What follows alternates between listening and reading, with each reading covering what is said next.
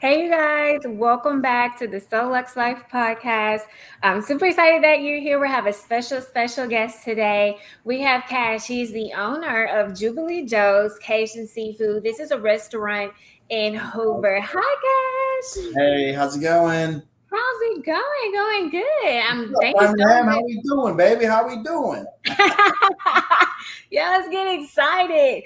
So thank you so much for being willing to come on the Lux Life podcast. We do like to talk about entrepreneurship. And when I went to your restaurant, I was so inspired when you got up and just kind of told your story and kind of told how the restaurant started. So I just kind of want to jump right into it. Can you tell the audience a little bit about yourself? Yes, ma'am. I'm Kash, Siddiqui. Nice meeting everybody. I'm born and raised in Pakistan. Moved here when I was 10 to Vestavia. Grew up in Vestavia. Went to Vestavia High. And then I ended up moving my senior year and finished off at Chelsea High School. So that's where I started as a kid. And then moved on to college, went to UAB. And then that's how this business, Jubilee Joe's, came about. Is my senior school class project, I had to create a business model from scratch to present to investors. That's just your senior level project every year. And so every 5 years, Crispin, they do a grant program by PwC, which is one of the largest consulting firms in the world. They're out of Manhattan. And they do the top 27 universities that they pick in the United States every 5 years. And they give them an opportunity to send 5 projects apiece to come out there and represent for their university and hopefully win the $250,000 grant. So in 2004, we were one of the 5 selected from UAB, got to go, and one got to win the most solid business model of the year. And of course, it was me and my group. And that's how Jubilee Joe's came about, because I don't have any experience in the restaurant business. I've never waited tables in my life. So it was never your desire, like, oh, I want to own a restaurant when I get older. Like, there was going to a restaurant. No, I've always been an entrepreneur since I was a kid. I mean, my dad used to get mad at me when he was a physician. My dad's a physician, and he would go to the hospital at 4:30 in the morning, and I'd be in the garage taping up boxes, putting packages going on the mail. eBay was just out. eBay was just coming out, and it was blowing up. And it was all over the place. So I was like, hey, my mind started clicking. Hey, I can take stuff and sell it. And now in front of millions of viewers, right? This is pretty cool versus me just putting a sign in my yard and hopefully making a sale, And right. So eBay came about, and I decided and screen printing. I don't know if you remember screen printing. It's still popular today, but the boom of screen printing came right there. 99, that 2000, that's when screen printing just started coming and just going. So what I started doing is I started ordering containers. There were $2,500 in containers, and that's how much it cost me.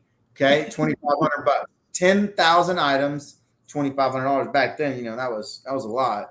Back then for me as a kid, and I was selling one size T-shirt, plain white T-shirts. And I was repackaging them in 500, 100, putting them on eBay and just selling them. And I just became real popular on eBay because I got in there with the boom of the screen printing business. And I sold large. I did not have hundreds of SKU number. Why? The number one selling size is a large. So I'm not going to sit here and have a bunch of inventory and items that's not a mover. Well, they might be movers too, but slower movers than the others. So I decided I wanted to just move one line and one shirt. And that's why I marketed myself as the best large white T-shirt guy on eBay and at the best prices. No other options but a large. I wanted one SKU number. I was trying to keep it simple and let the numbers roll because, the more SKU numbers you have, you have to keep up with. You got one item. It's a lot easier to move one item and keep the numbers. You can actually keep up with the numbers in your head. Oh, I got 3,000 shirts left in my inventory of large. Boom, boom. I Like it's so easy versus, I got 500 extra large. I think I only have 200 large. It's easy to I know you got to write it down on pen and paper, but I'm a numbers guy. Literally, I remember numbers. I dial your cell phone 2-3 times. It's going to be in my head for the rest of my life. I have people's phone numbers that I haven't dialed in 20 years, and I have it in my head, and I can pick up the phone and call.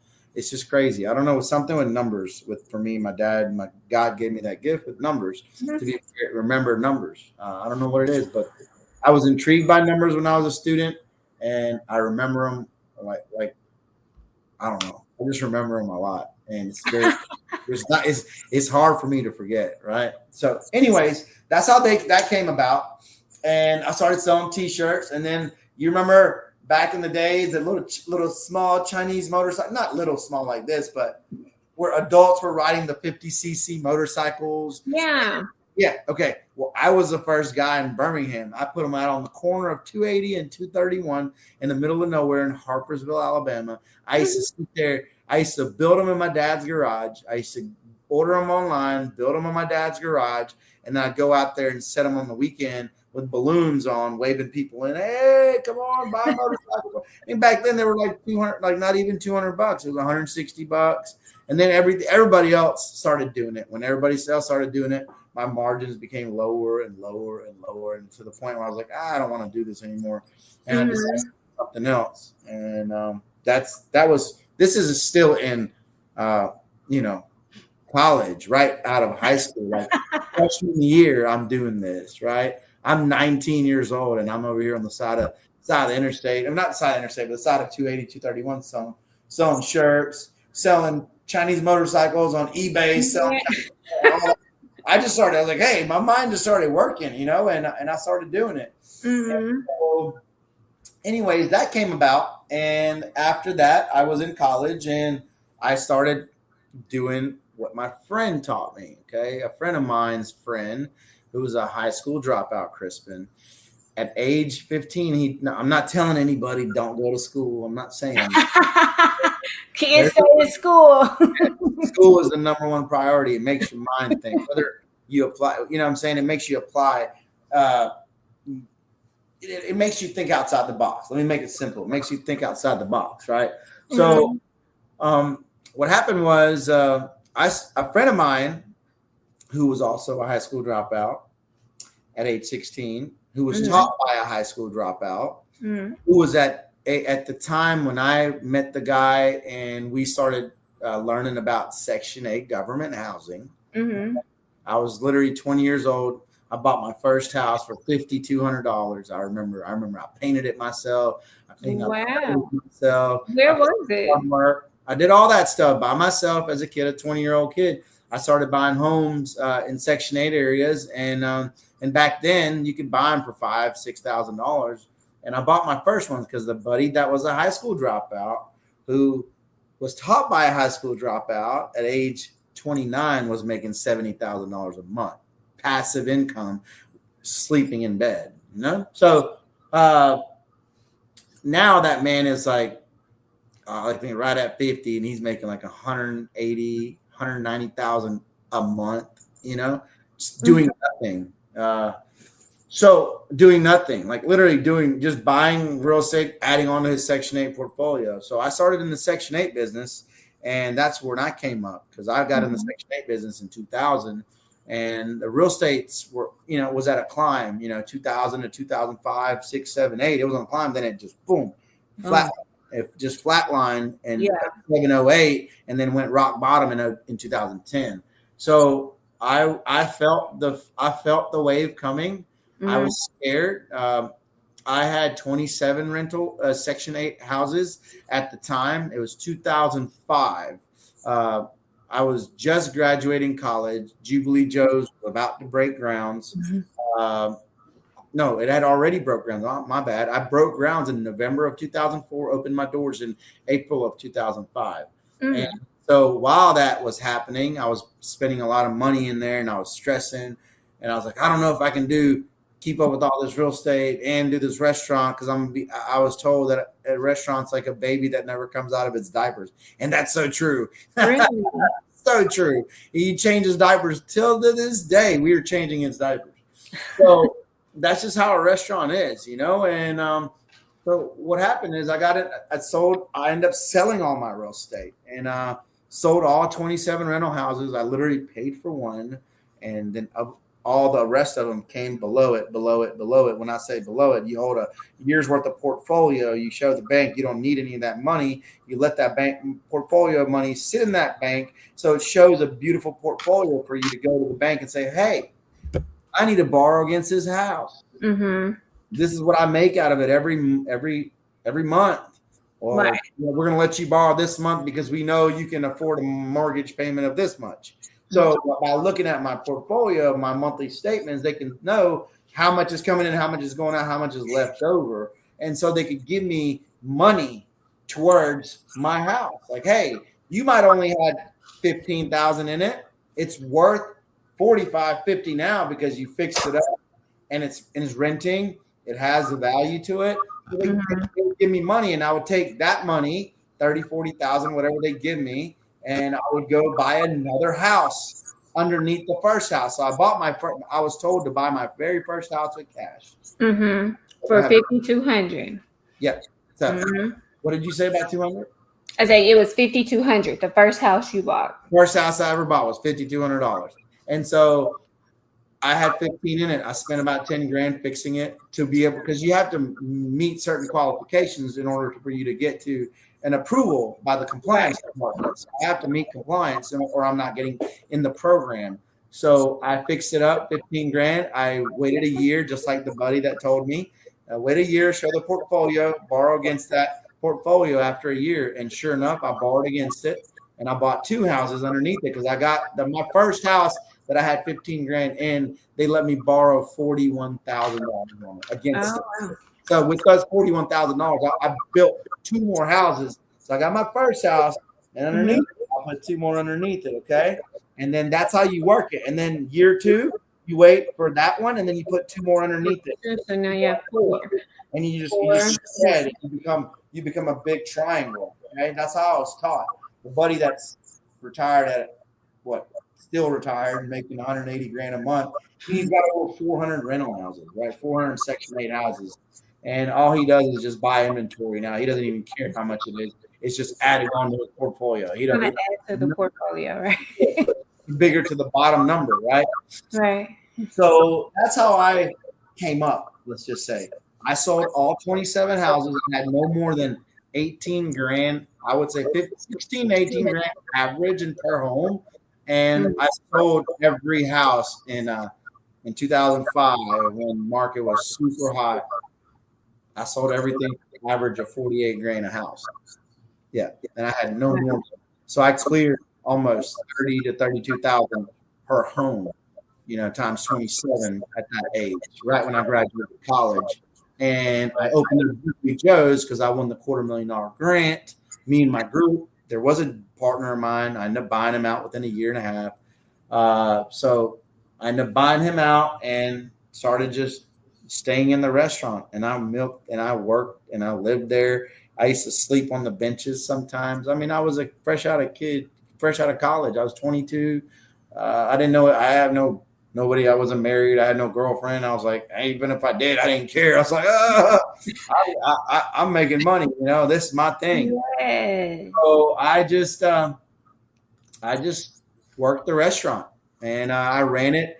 First one in, last one out for the first 16 years. We just celebrated my 20-year anniversary. Whoop, whoop. Just celebrated 20-year anniversary. So went through some trials and tribulations. It wasn't easy. We had opened the doors and Hurricane Katrina hit within a year. It destroyed my business, about put me out of business. Got out of that hole, and then the economy decided it wanted to crash. In 2008, economy crashed, went rock bottom. They decided to make Highway 150, where my restaurant, the old restaurant is, 2-lane to 5-lane highway, and that construction held my business down for lunch. We couldn't get it in and out anymore because they were directing traffic. That hurt my business, got out of that hole. Then guess what? My biggest fear that ever came in front of me was the BP oil spill. I don't know if you remember the BP oil spill in Louisiana. That messed up all the seafood industry, hurt everybody. We were getting gouged on pricing because we couldn't buy anything from Texas to Destin. Everything had to be west of that or east of that. So everybody did what to us? Yeah. Of the prices, right. Mississippi, Tennessee, Georgia, Alabama, Louisiana. We were stressing over not having the capability of seafood from right down the street, so we had to buy from out, and it was tough. It was a 542,000 loss in sales in a 8-month period. I'm still waiting on my check from BP. We're still hey, today, if you see this video, he wants his check. Okay. Yeah. At this point, it's icing on the cake. You know what I mean? I'm gonna blow it when I get it. It's icing on the cake now, so I'm excited about that whenever it comes. But who cares? If it does, it does. It doesn't. It doesn't matter. But it's not. It's on the final. It's in its final straw. So the last judge says no. Guess what? I'm out of luck. But if she says yes, I'm gonna be clicking heels and running all over New Orleans. Right.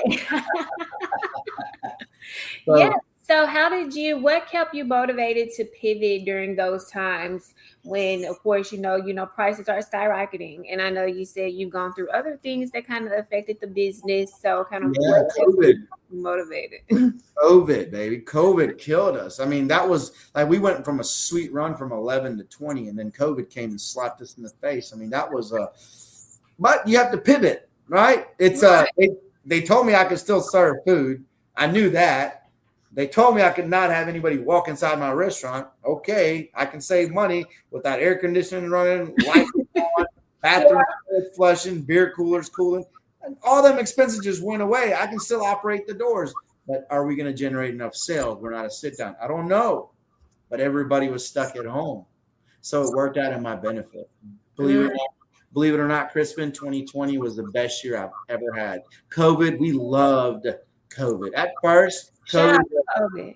Loved it. We wish we could have it back. Just the money I made. It was ridiculous. It was I don't want it back. I'm just right, but just I want the numbers. Revenue that you were getting. So I guess people are at home, we're working from home, people are ordering food on these apps, they're in and out. So I totally get it. No one wants to go grocery shopping. So heck, I was out there delivering food for free within a 3-mile radius. I'd be driving the Jubilee Joe's van. Hey, bring your food for free, because I was like, I'm trying to survive. I wasn't expecting COVID, and I wasn't expecting this, and we don't know how long this is going to happen. But you know what? I was blessed by God, and believe it or not, it was the best year we ever had. Why? We ran the company instead of 18 employees, I ran it with 6. Wow. And from 2019 to 2020, our sales increased like 12, 13% throughout COVID. So we were running 6 employees, no power, basically running, no AC, none of that, all that minimized, 6 employees on the payroll, and I increased my sales from the year prior 12 to 13% because we pivoted and we just made everything seamless. We went from being a full service restaurant to Chick-fil-A overnight. Okay. We had no choice, but we had to do what we had to do or we were going to drown, so. Yeah. I mean, you have to do what you have to do. And I love that. So what's some advice you would give upcoming restaurant owner, someone that has the don't give up. If that's what you want, don't give up. I mean, when I opened the doors within a year, I did forget about me and my partner's battle, and I ended up buying him out. I mean, that was not the greatest situation. How many partners did you have? So how many did you start? Joe. There was a Joe and I, and then there was 5 group members, right? But all 5 of them came. Only 2 of us became the owners. Joe and I became owner, and the other 3 helped. One was a bar manager, one was a kitchen manager, and one was the general manager. And then I was in the kitchen, the busboy, the dishwasher, whatever needed me. I have no experience. You have to know how to run it. So 0 days of experience, girl. Never have I worked a day in my life in a restaurant. Never waited tables. Never knew how to cook.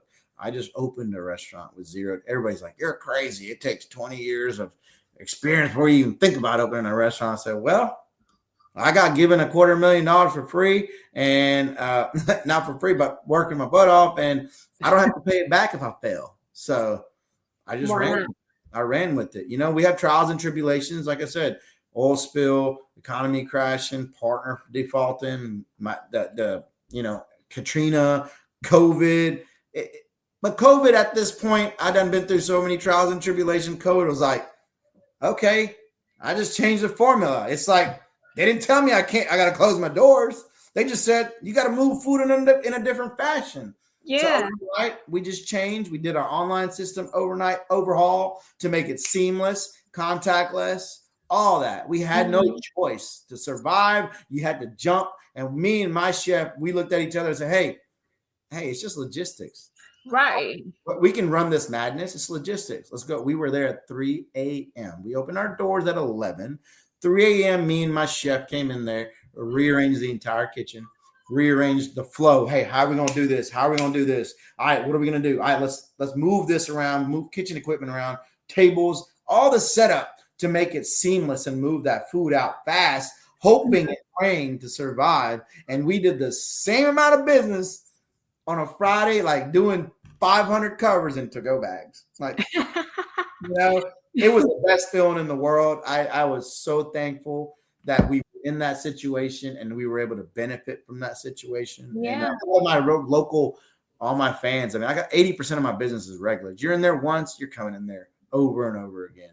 And so 80% being my regulars, they all supported me. They knew I was a young kid from the neighborhood, and it was my, they knew all my stories. So they didn't want me to fail. I provided pretty decent food. I feel like I'm an okay guy to, know and be around, and the customers like me. So it was nice. The community, accepted me. I accepted the community, and that's why we do these big events to this time. We do the big charity fundraisers. The Crawfish Fest. You came right behind the Crawfish Fest. We raise money for the 2 children every year for Destination Hoover International. From one kid from Hoover High School, one from Spain Park. Typically, they win a scholarship for the summer for if they're in international studies.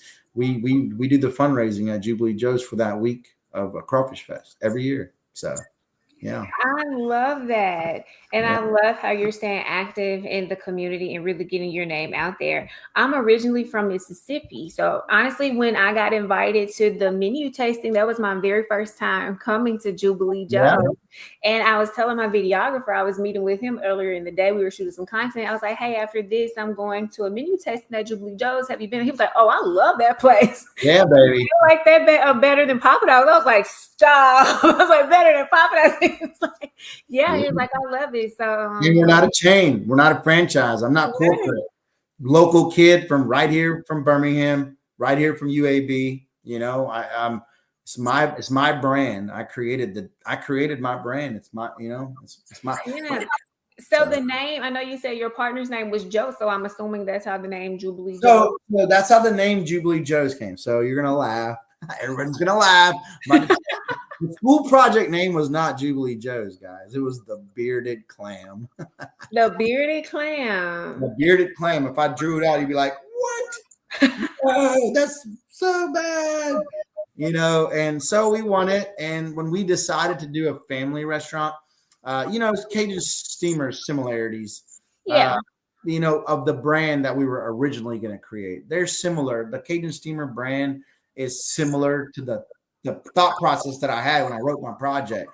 But when we decided to change the name to Jubilee Joe's and make it a full family local restaurant, because we wanted to, you remember the TV show Cheers? Yeah. So it was based off of Cheers. It was everybody knows your name. You're a neighborhood community, neighborhood restaurant. I knew 9 out of 10 people walked in the door. I knew knew them by their first name, last name. They knew me by my first name. So I knew all the kids. it was pretty neat. I've seen kids being babies, coming in, having kids, and now having babies. It's like, and I'm like, I'm not even that old. Right. But I'm feeling that way, being in the community for so long. I feel that way because they're making me feel that way today. But it's all good, I love the community. I really enjoy it. So why Jubilee Joe's came about, my original partner name was Joseph Steiner. Joe and his family's business was Jubilee Foods out of Bayou La Battery, which is sold out. I think they sold out 3 years ago to a company called Fortune Gulf and Fortune Foods. And they're out of Europe, but they're really big in the US. They basically bought up other distributors and made a big company out of it. And so they bought up Jubilee Foods, and Jubilee Foods is no longer around. They got it's Fortune Gulf now. But so Jubilee Foods out of Bayou La Battery, Alabama, and my partner Joe. So Jubilee Joe's. And it was his grandfather's business. I have nothing to do with seafood. Me and him were just partners in the project. And to be business owners together. And we did the project specifically because he had all the knowledge of the seafood side. Right. Well, and he was 4 years older than me, so he had a little bit of extra restaurant experience. So, but it just didn't work out. I was not supposed to be sitting here talking to you. I was not supposed to be the face. I was not. I just became the face of the business because of, just what happened. And life goes on. You just got to keep going. It was either I shut the doors down after me and him fell apart. We either shut the doors down and call it a day or keep business going as usual. Yeah, I'm a believer in just keep moving forward. That's what I tell you. Like you asked me earlier, what are my thoughts? Hey, don't give up. You want something, go get it. Yeah. Get it. If you want it that bad, go get it. Don't be scared of it. I try to explain people. I'm gonna tell you, you're a grown adult, but I try to tell young people and grown adults this situation. It makes sense, but more young adults, I try to tell them, life is like a ride. Okay, you're driving your car every day. What are you avoiding? Speed bumps, potholes, other drivers. Right? Life is a dodge of a drive. Like you're driving every day. So life is full of speed bumps. Mm-hmm. Life is full of hurdles. Life is full of potholes. Okay. You find a pothole, you do what? Go around it. Or you just hit it straight on and you fix it later. No. If you got a speed bump, what do? Drop a gear, climb that speed bump, and then jump that gear back and keep on rocking, baby. That's what we do. That's just life. It's full of it. So I try to tell people, look at life like you're in the back and behind the driver's seat, and everything you have to challenge from getting from A to B, all the bad drivers, the potholes, the speed bumps. That's life.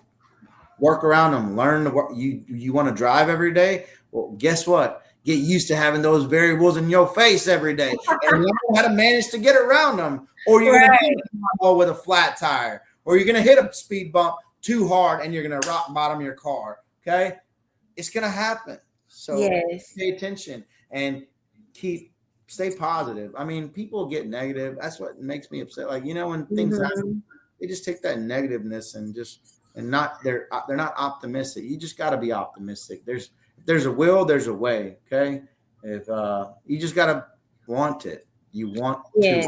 If you don't want it, you ain't getting nothing. You have to believe that you are capable and you are deserving of actually having that. And that's absolutely how things flow. And you do what it takes, Crispin. You do what it takes. Yes. You don't make a plan B. You stick with plan A. Make it work. Yeah. And I know a lot of people want to get into entrepreneurship, but they're scared about failing, or they're scared of people seeing them fail. But what do you have to say to that young entrepreneur?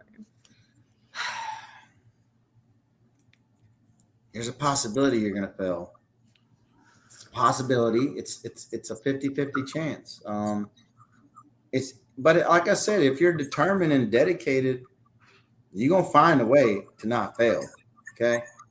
I tell people, like in restaurant business, a lot of people, they go out of business sometimes, it's a tough business, a 90% failure, right? 10% of us make it. And it's very tough, and there are lots of challenges. I mean, imagine how many hundreds and thousands of people a week we have to satisfy to stay in business. A lot. I mean, our head count's almost like 8,000 a month, and that's how many people. That's how many times my front door is being opened. At least 8,000 times a month, right? So that's a lot of people I got to please. And you got to be consistent. That's the number one key in the restaurant business, consistency. If you can't have consistency in your service and your quality of food, it's not going to work. It's going to be tough. Why? Crispin, what's your favorite meal as a kid? Something. Oh, as a kid, I would say from a restaurant. From a restaurant. You'll eat today. You eat that same. What is it?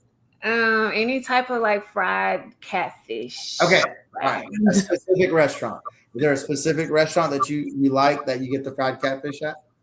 Honestly, Papa Do's. Okay, that's good. That's okay. You're not hurting my feelings, girl. Hey, we're not promoting Papa Do's. We're promoting Jubilee Joe. Right. You just been there. You just got there. We ain't even went through that whole menu. Wait till you go through that whole menu. I had. And it's so much on here. I've been scrolling through. I was like, oh, I have to try this. I have to try that. I have to try it. So this how it is. So you like that catfish at Papa Do's. Fine. And it tastes a certain way. The bite, the flavor that goes through your mind, the remembrance, the last time you had it, and it tastes the same this time. You went back for that experience. You went back for that flavor to hit your palate and make your memory remind you of how much you love that catfish there, right? Or in the first time, or my boyfriend, or whatever the scenario was, you remember the positiveness from that bite, from that memory hitting your head, from the flavor. So for me, McDonald's fries, right? That's that for me. I mean, of course I don't eat them as much anymore, but as a kid, even every once in a while, I do have to eat McDonald's fries because I have 3 little boys, and and they want McDonald's sometimes. Chick-fil-A more, but they want McDonald's sometimes. Yeah. So I've been eating McDonald's fries since a kid, since I moved to the United States in 1990. I've been eating French fries from McDonald's. It still tastes the same at every McDonald's you go to, but it's that you remember, if that one fry is off, you're like, and it's something. So I noticed first time I had this experience, Hawaii. I ate McDonald's in Hawaii. They use coconut oil to cook over in Hawaii. So it changes the whole flavor of the fry. And I was like, wait, there's something wrong with this. I was like, no way. I know what this is supposed to taste like. I've eaten McDonald's thousands of times. They're like, sir, it's the same. Like, no, it's not. Y'all changed. No, it's not. Something's different. They're like, oh, we're in Hawaii. We use coconut oil for our frying oil. I was like, aha, that's it. I knew it, right? So they use the same product, but it was so distinctive that you could remember that it's not the same. So if a customer comes in for that many years, say they love my gumbo, which we've won Birmingham's Best Gumbo Award 4 years in a row in the past, the gumbo was good. Yeah, baby. Thank you. And so I have a lot of elderly customers born and raised from Louisiana, 60, 70, 80, 90 years old. Been eating gumbo all their life. They're very particular about their gumbo. And they love I have a lot of women that I've stopped that have arthritis, older elderly women, 80s plus, that have arthritis and bad situation. They love eating gumbo, but they can't find any around here. So they're like, they'll order from me because I'm like the closest thing to their standards, right? And so I have to make sure that thing tastes the same, because I promise you, I have made a mistake before and not cooked it correctly. And I've had somebody in that elderly age say, hey, Kash, this is not the same. What did you do different? What did you do different? And I'm like, I don't know. I think I rushed it. They're like, well, I can tell because it's not the same. It's not the same. No. And so that's upsetting for me, right? When I hear something like that. So that's the science that you have to create. It's the science of the madness, right? Yeah. Restaurant's an organized mess, right? There's a method to the madness. That's what I call it. There's a method to the madness, baby. And once you have the formula, that's it. You got to have a formula. If you don't have that formula, you can't make it work. If you stay with the formula and you stay consistent with your formula, whether I'm talking from the time, because restaurant, and that's another thing, Crispin, when you go out on a date or anything like that, you want to have a good experience, right? So restaurant is more than just that food. It's all right. It's the experience. It's the ambiance. It's can I get my content? Like I need something to post. So it's not what I felt. I can see how that changes. So it's all about from the time I walk in that door and the time I leave, from the time I get greeted by the host in the front. Hey, welcome to Jubilee Joe's. No matter, because we as business owners and an establishment, we have to take this in consideration. We don't know what you've been through today, Crispin. You walk in the door. I don't know if you're upset. I don't know if you're happy. You might have lost someone, had an accident. I don't know. At all times, I need to be on top of my, hey, how are you doing? Welcome to Jubilee Joe's. Because you might be coming there to soothe yourself with a good meal because you had a bad day, or you might be coming there to treat yourself with a good meal because you had a good day. Food can be eaten in a sad time and a good time, right? It doesn't really, so we have to be prepared to present you your experience, no matter what's going through your head every day. We have to make sure you're greeted correctly, your tables are clean, your drinks are filled, make sure you've been talked to. And we do a little personal touch in a lot of other restaurants. I mean, my servers will sit down next to you sometimes and take your order. People aren't used to that kind of stuff. People aren't used to servers just joking around, but that's the feel that I want to create with my business. I don't work there. I haven't worked there in almost 4 years, but I need my team to replicate me. The personality that I have, they should have. If you notice, well, you're new to us, but if you're a regular, I retain my employees. Most of my employees been there. All my servers been there for 4, 5 years, 6, 7 years, a long time. Why? Not just great management. I'm not trying to brag on myself. My general manager is awesome. She replicates me phenomenally, Miss Sharon Rogers. Anyways, they make good money. We have a great clientele, and we have a great establishment to come back to every day. And for that reason, we keep our employees, and we want that Cheers, because that's in my business model. Like Cheers, the same bartender work there every day. They know exactly how you like your drink. No way. You don't have to tell them nothing. We don't have to tell them nothing. So my servers are like that too. I have a lot of regulars that's, I want to go see so-and-so and sit with him or sit with her because they had such a great experience, and that bond, they have that bond, and they have that bond. They want to, hey, I want to go back and go see Hope or go see, whoever your favorite server is or bartender is, and go there and chit chat with them. Well, I know that so-and-so is working today. I'm in a great mood. I want to go have a drink and I want to go sit down and chit chat with her. That's what we're here for, to give you the experience. We want to make sure your day's great.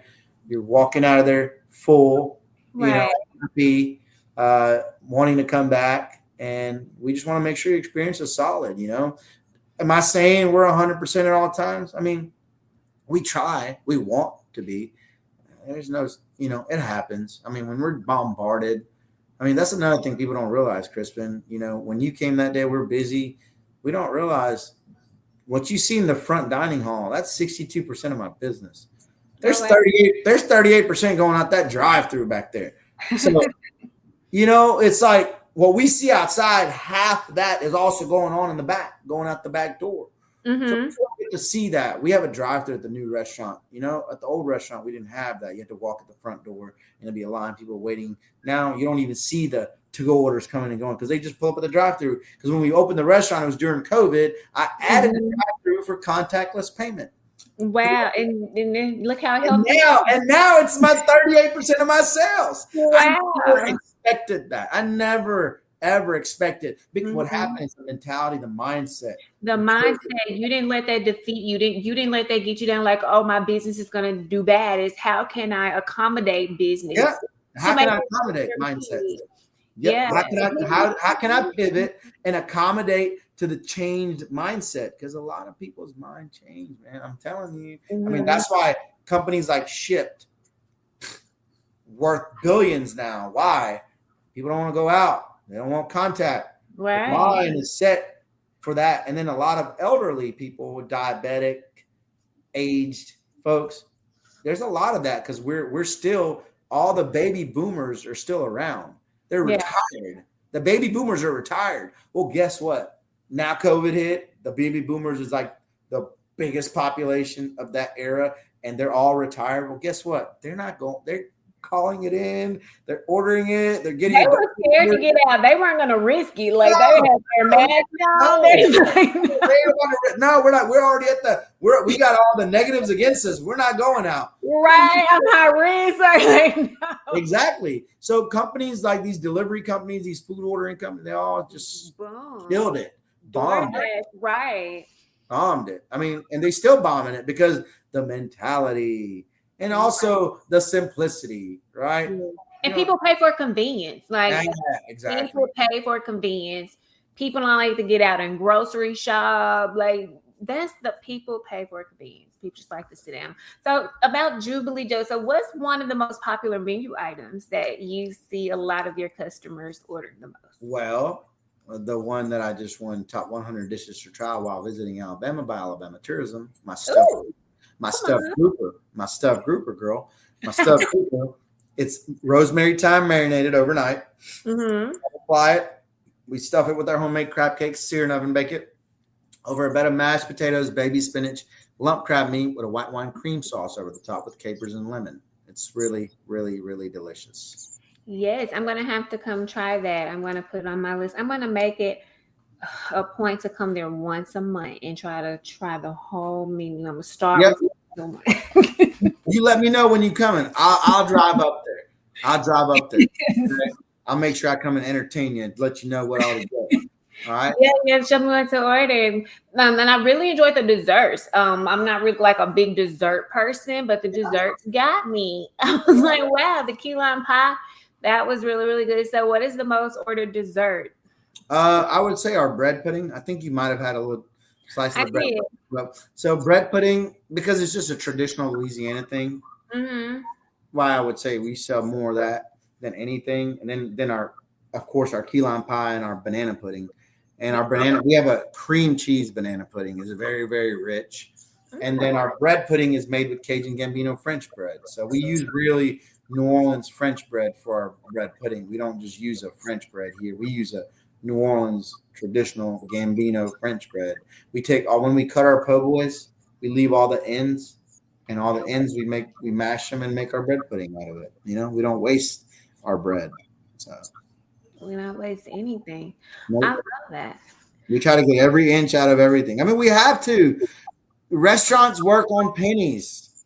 Literally, we work on pennies. I mean, an average restaurant in the United States, if you're not there as an owner operator and you got a general manager, a corporation going, all these big franchises and all that, I mean, you're working off of 12%, 13%, take home after it's said and done. So think about it. For every dollar walking in my door, I only get to make 12, 13 cents out by the time it's said and done, So that's your goal, to do volume, different avenues of revenue, big catering, big boils, big course events, the restaurant, the to-go orders. Like, you want to have different avenues of revenue coming in, streamlining your business, because you just never know what's going to happen when. And if you have more than one angle of revenue generating, we even have a wholesale division in my restaurant. I'm a wholesaler for crawfish. I supply Tuscaloosa, Alabama to Nashville, Tennessee, live crawfish. Wow.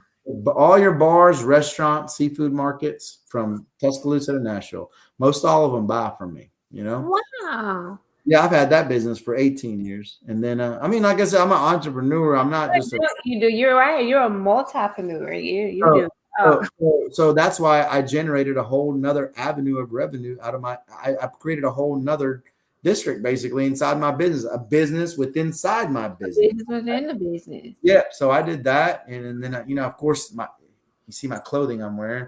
I own a golf apparel business called Mint Lily. I'm a manufacturer of golf clothing. I deal with high-end golf courses. Mint Lily, yeah. I'm not online presence. You're not going to find me. I know. I was about to look it up right now. I was like, let's pull that. I don't want online presence because why? I love playing golf, and this is my thing, to go out there and make a deal and play some golf. And so I don't want to be as busy. I want to be as busy as I want to be. If I approach you, I'm landing a deal. I guess I could say I'm a little bit of a salesman. I'm not a salesman, but I am a salesman. And then of course, you believe it or not, my main business is real estate. So I'm a real estate dude. That's what I do every day. Real estate. I mean, restaurants on its own cruise. Mint Lily, I'm the sales guy, but the beauty of Mint Lily is all my team is asleep while I'm at work. So I'm meeting people, having golf courses, meeting with corporate America, making deals, selling them shirts, and then I am going to sleep at night. Well, I don't go to sleep at night. I usually go to bed at like 11, 12 o'clock at night because my team in India is waking up. They're 12 hours ahead. So my business is I just finished my day at 5 o'clock in the afternoon with clients. Now I got emails going on. Now I got phone calls going on from 6 p.m. to 11 p.m. at night. Hey, making these shirt orders. Hey, I need this modification. I need that, blah, blah, blah. And so I'm the salesperson for the US. I'm the only guy. I just started this business last year. I'm fun. I'm a golfer, and I just decided, hey, what can I make myself so I can be in the golf course more often? You know what I mean? It's not just spending money, making money too at the same time. Not gambling, but selling shirts. So that's why I started that business, so I could travel the world, go to golf courses, play golf courses all over the world, and sell them shirts because my product is. I love that. I just signed Jack Nicklaus. I just got the license for the entire country of India for Jack Nicklaus. So my product line, Jack Nicklaus is white label on it. Yeah, 32,000 shirt order we just pushed in just the other day. So I'm truly stoked about that business. My main thing is real estate. I'm a flipper. I'm a holder. I buy and hold. I buy and flip. I mean, I flip, all the time. I probably flipped over 270 houses since 2012. I'm not a real estate agent. I'm not a realtor. I got my license, but it's sitting inactive. I don't want to use it. I don't need to use it. That means more work for me. I'll pay out 3% and hey, to move the property, let me get off the ice. You can have your 3%. I'm gonna keep on going, get another one. Right. See, that's the mindsets we like our people to have. But I love that because it seems like everything ties back to real estate. A lot of entrepreneurs have become very successful through real estate. I know I do have a lot of real estate agents here watching. One even commented and said, I lived in New Orleans for a few years, and Jubilee Joe's is the only restaurant that tastes like home. Yeah, baby. That's what I'm talking about. I love that. I love that. Hey, Amber. Hey. Hey. This is awesome. I love it. And so where were we at just now? I got sidetracked. Where were we? No, I got sidetracked too, though. But yeah. But yeah. The real estate. Yeah, you said like your main thing is real estate. My main business is real estate. So I rented at my old Jubilee Joe's, for 16 years. I rented, Crispin. And, wow. I paid them over $1 million in the 16 years in rent. And then I was like, I got to move. I got to be bigger. I'm choking myself. I have more seating on that patio. You came and said, I have more seating on that patio than my old restaurant for 16 years. No way. Yes, ma'am. I'm triple the size now. I used to be 77 seats. I'm almost 210 now. So almost triple the size of my business, which is also triple the revenue, which is also gave me the flexibility to walk away from it and build a team and be able to afford to pay the team and walk away from it. You know what I mean? So that's been the big blessing. And but yeah, back to real estate. So now the shopping center I'm in, I'm the landlord there. So I own the land. I built my own center, and I'm a tenant, and I'm a tenant to myself. You're a tenant to yourself. I make my business privileges. I'm like, what can that restaurant afford? All right, well, I'll pay myself rent. As long as I'm not upside down, I'll squeeze every bit of rent out of that business. So, and I get it, and I love it. And then that's my only commercial property. And oh my gosh, she's talking about love what you're doing on Rocky Ridge. That's where my home is and everything. I'm trying to. I'm bought up all my neighbors, literally all my neighbors. I own 14 houses on the same road. And every one of my, I'll buy your house. I bought all of them. So I get to put who I want next to me. So all my neighbors are my tenants across the street, next door to me, all of them. He's like, all my neighbors are handpicked. I don't want to be bothered, and I don't want luxury, right? You don't have to worry about random people coming and going. That's right. So that's just that's my thing. I do Airbnbs. I got tons of Airbnbs. Well, I say tons. I got 7. It's enough for me. And then I got about 18 rental houses, regular single family home rental houses. So that's just I'm just trying to build that portfolio up, girl. Like I literally want to try to retire earlier. I just hit 43 the other day.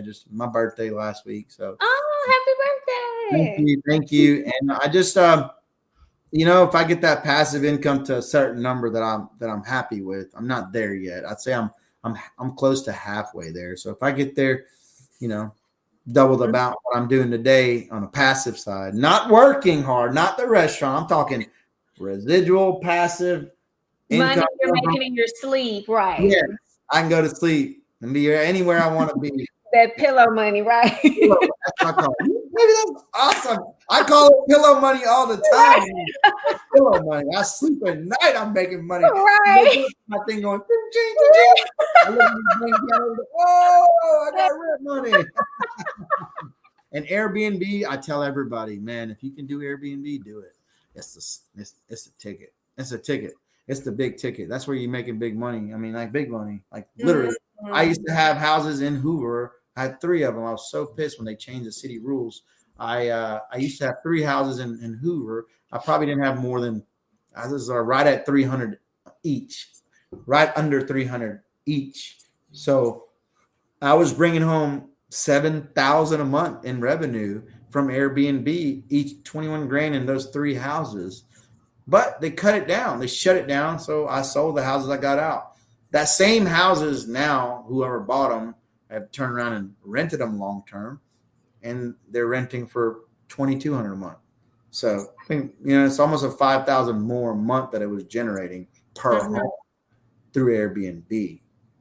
And the beauty of Airbnb is this is what I do. I got them all over the U.S. I go to places that I want to travel to, right? Right. And I'm like, hey, well, I'm going to go to the beach all the time. Whoa, I'm going to go to the lake all the time. Well, I'm going to go to New York. Get a beach house. So these cities that I love, like Denver, Chicago, all these places, like you set your Airbnb where you want to go all the time. Every year you're going.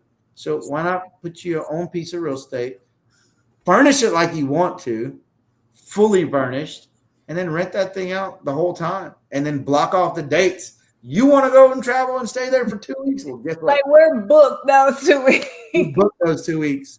So it's huge. Like people don't realize it. It's a vacation home that you're not paying for anymore. Because back in the days before Airbnb came, the only place you could really do that was at the beach, and even then you weren't really making no money because the HOAs and the property managers just raking it to you because they knew you had no options. You wanted a beach house, right. You wanted to reduce your costs a little bit, but they didn't really reduce it much until Airbnb platform came along and threw them out the way, and you could be your own agent, right? And you can get all the money.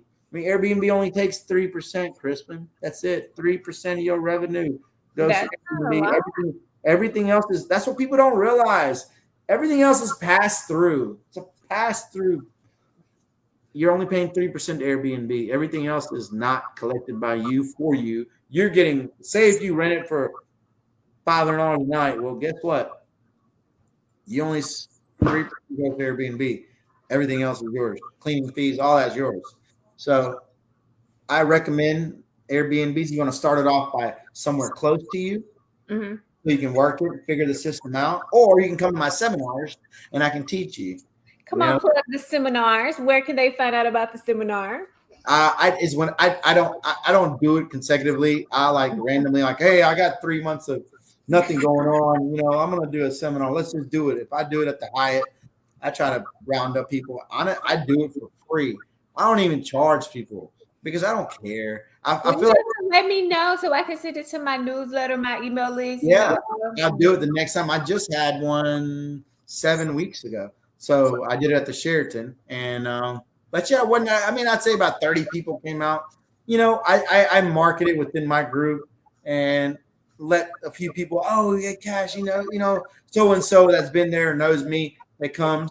That's what happens. I'm not out there trying to squeeze people out of money. Oh yeah, thousands come at, right. $100 a piece, whatever. No, Sign up here, we'll show you how to make $1 million. yeah, I'm not trying to tell you to give me money. I'm just trying to show you how to use your own money and make more out of it. You know what? I look at it like this, and that's how I've always looked at it. Like if I show people and show things and help people and put them in the right direction, God's gonna find its way to give me back some. Bless you. Right? Yeah, bless me back. So I try to help people as much as I can. I try to give them advice as much as I can. Just because I know I've done it, and I love hearing people, Kash, thank you so much because of you. You helped me understand, and now I'm in this situation because I love hearing the positive sides of it. I mean, that's just me. I'm the type of guy I get my shirt off my back. That's just how I got burnt many, many, many, many times. I get burnt still to this day, all the time. But, I don't care. You don't let it affect you, and that's why my mom and dad are like, man, that dude just got you. Oh, why you do that? I said, who cares? God give me, and I've been blessed. I've been burnt many times. Yeah.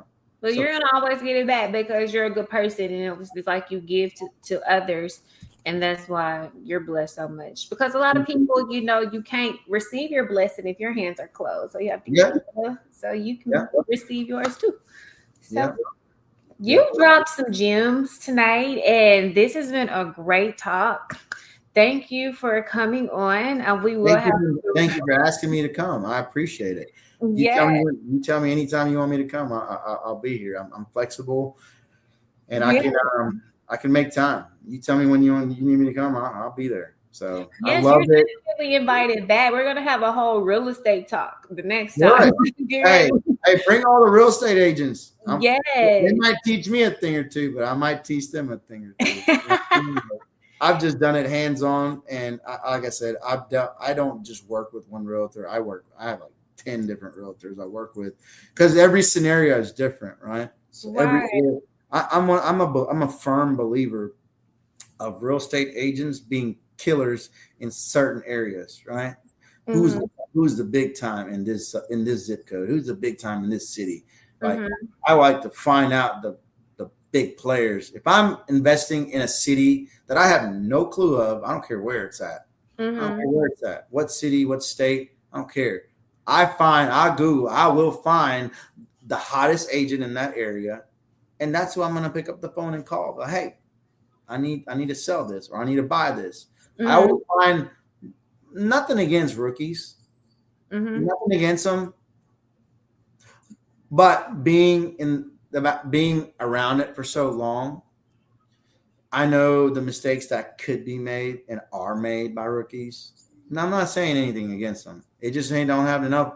They're just there. They're new. They're going to learn. And over time, they'll learn. And you want them to have some skin in the game. Yeah. So get it. Yeah, we're talking about hundreds of thousands to millions of dollars. So we get it. You're not offending anyone. We have comments on Instagram. Someone said good stuff.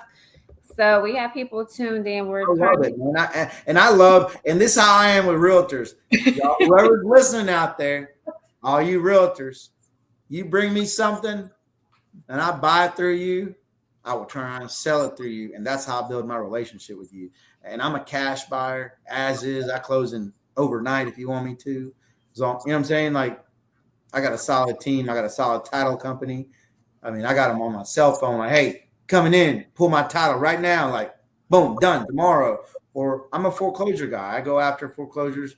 I go after people. I go knock on doors all the time. Like, if I'm driving through an area, and I see a whole bunch of nice houses, and I see that one that just looks like it's a little undertaken, I already know there's something going on, right? I got hey, my name's Kash. Here's my card. Oh, you want to sell the property? Listen, I'll buy it like it sits. I don't care what you got going on inside that house. I'll buy it like it sits tomorrow. You need to sell it. You know how many houses I've bought just walking up to people's houses and knocking on the door and saying, I'll give you cash tomorrow. I'll sign. Let's do it. Like, let's do it. I got the paperwork in the car. We can sign it right now. Like, listen to me. My notary and my documents are sitting in my cars at all times. At all times, because I'm literally, my mind's always working. I'm driving through a city and area, and I see something like that pop up in my face. I'm knocking on that door. Yeah. I'm leaving a card. I'm knocking on the door. I'm talking to people, or hey, not today. Well, tomorrow. You know what I'm saying? And no, she just asked, do I buy in all areas? No, I don't. I don't buy in areas. I buy in areas that move for me. Okay, I'm in the 250 to 450 price point selling point. Okay, 250 to 450 selling point, and I usually work, in the areas. I'm more South Carolina right now. I'm not really Alabama because the Alabama market is kind of little. He's like, y'all leave me alone in Alabama. I'm not. Yeah, I'm not. I mean, I'm looking, and I'm active in Alabama, but I haven't bought anything in Alabama in a minute because it doesn't make any sense. And if you got time, I can tell you real quick what I'm doing in South Carolina for as real estate goes. So, real estate has a change a few years, last year, 2 years, right? Crispin, and here we are back talking about the baby boomers. You're going to be like, why the hell is he talking about baby boomers again? I'm going to tell you about the baby boomers. Well, that's the highest population. They're in their retirement era. What happened to our country 25 years ago that made the country jump up and sign up and become more to stand up for this country? A lot of people joined the forces. Remember 9/11, 2001? So that's what we're going to talk about. 9/11, 2001 came about, and we had a huge influx of people joining the forces. So just like the baby boomer with the highest influx of birth rate at the time, the highest rate of intake in the military was 9/11, was the last time we had a huge spike of people standing up for the country, and going after it and going after to protect this country.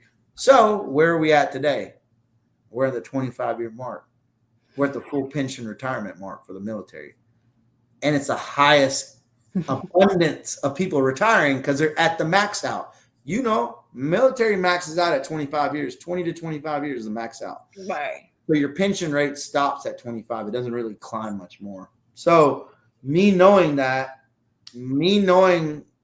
there's 87% of the military is what you call standard cadets. Okay. They're not stripes. They're not gold. They're not lieutenants. They're not sergeants. They're not any of that. So 13% of the military is elite. 87% is the standard. So you're about to be like, what? I'm going to stay in the real estate game. I have to make it work for me. If it's not in my favor, I got to figure out how to make it in my favor. Yeah. You have to pivot. So a few years ago, I jumped into South Carolina, Columbia, South Carolina. Why Columbia, South Carolina? It's the second largest military base in the United States. Fort Jackson, 30-mile radius. So when you retire from the military, the VA is paying for your loan. Okay. Your closing costs, your down payment, your mortgage payment is coming out of your pension check that you're paying, right? All of it's being paid. So the mentality, I'm going back to mentality. So the military mentality is I get to get out. They're paying for my house. I get to live for free, blah, blah, blah. That's the mentality because that's just the reality of it, right? So with this abundance of people retiring, there's a huge need for homes.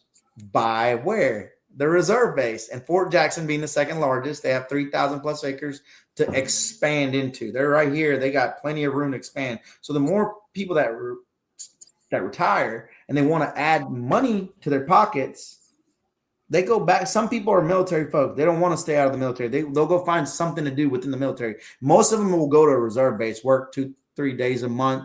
They don't even want to make extra money because they make enough money and they're happy, right? And they're tired. They've been in the military. They're tired. And so I understand. And so they'll go work at a reserve base a couple of days a month and make that extra money. So I know the 87% average monthly pension number. Okay.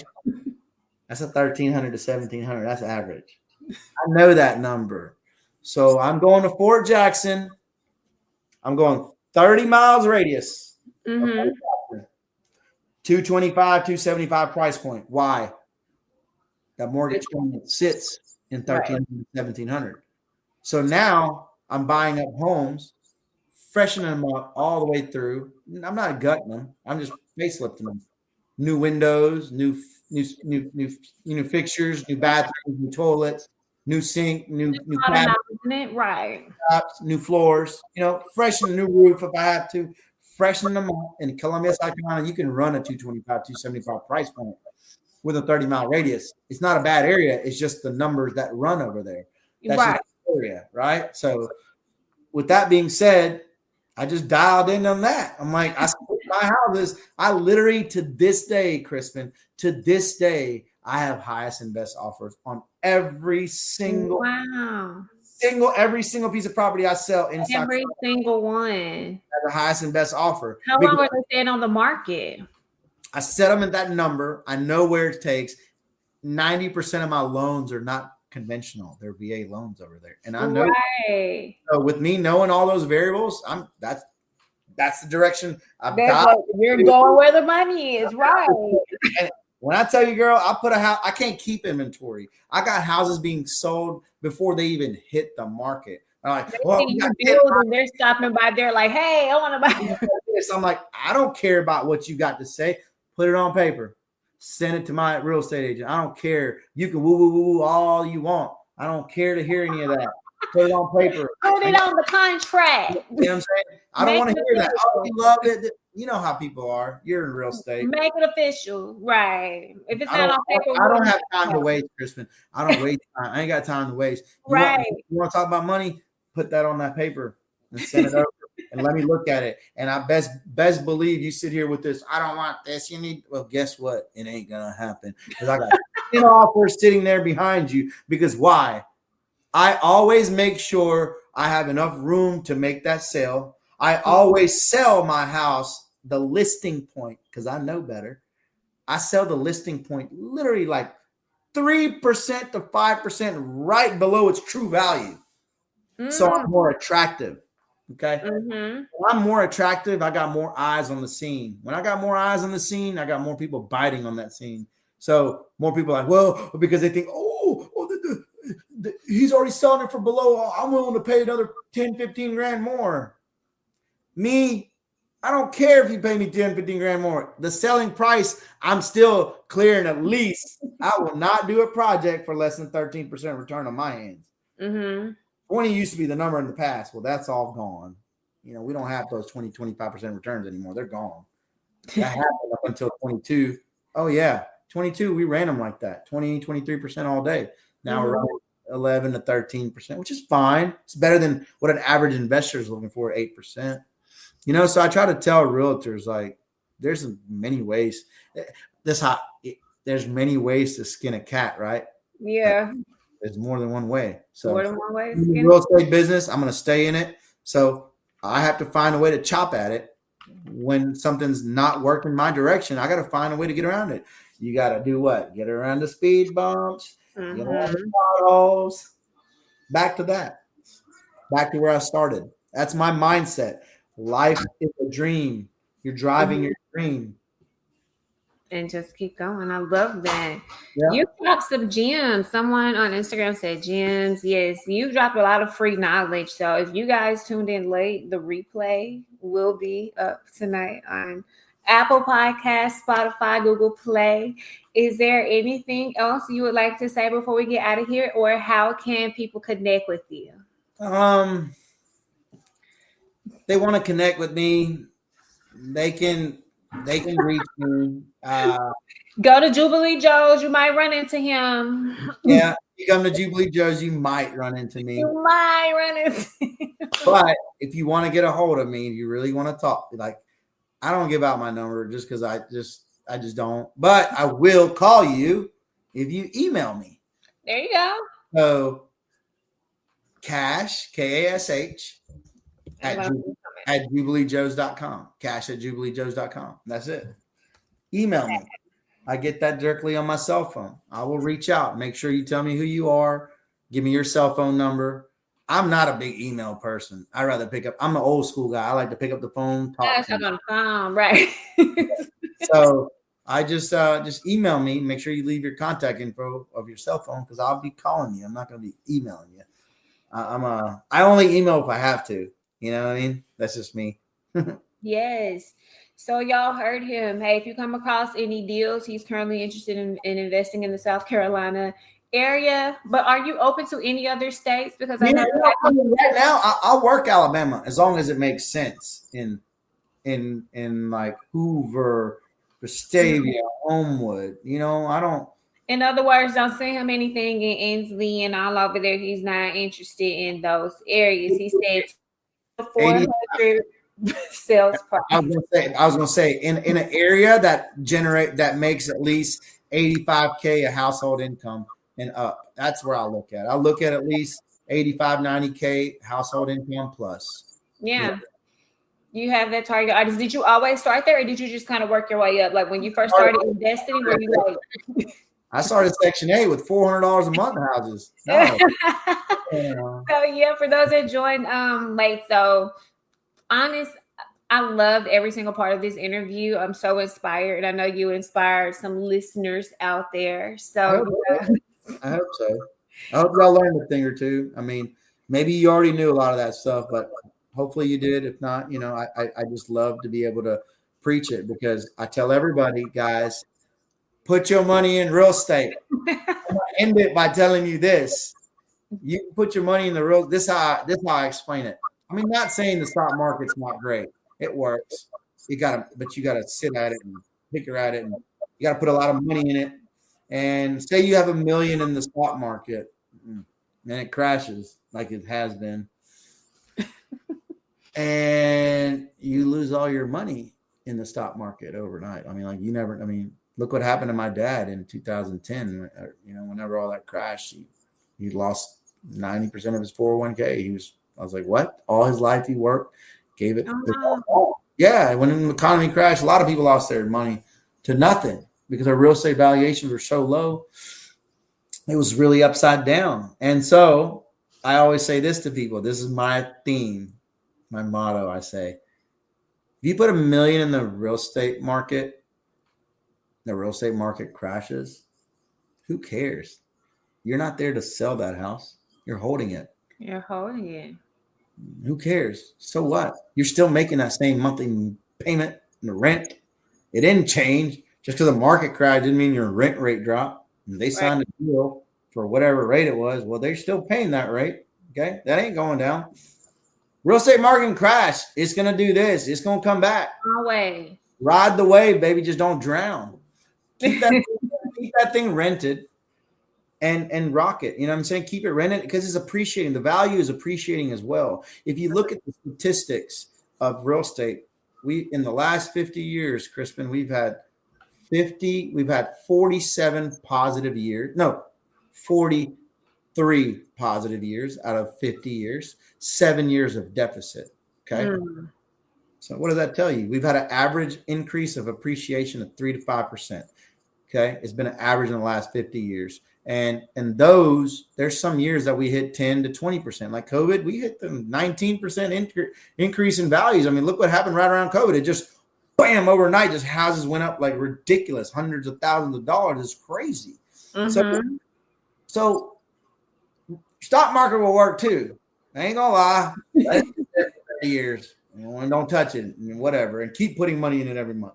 It's fine. Do that if you want. Real estate. I buy real estate. I hold real estate. It's going up in value and you're getting paid on it. So if I bought something for $100,000 a day, to throw a number out there, and I held it for 30 years, well, guess what? I still made $1,500 a month for 30 years. Okay. And the house 30 years from now, that $100,000 valuation is almost $400,000 or more. Right. You just quadruple, like 5-6 times the money in your pocket. You made money the entire time. Right. No matter what the market was doing up in No, who cares? Who cares what the market's doing? Doesn't matter. You have to manipulate it to work for you. Yes. You just have to have that mindset. So yes.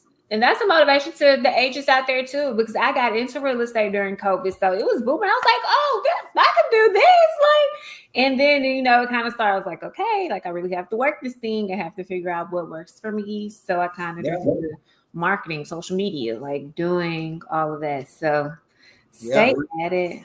Hey. Stay at it. I mean, there's a lot of realtors that tapped out because there's no more highest and best offers. Oh my God, people are asking really for have to work, right? Oh my God, they're asking me to give them a few $1,000s. Oh my God, they're asking for closing costs. That's reality. It's always been like that.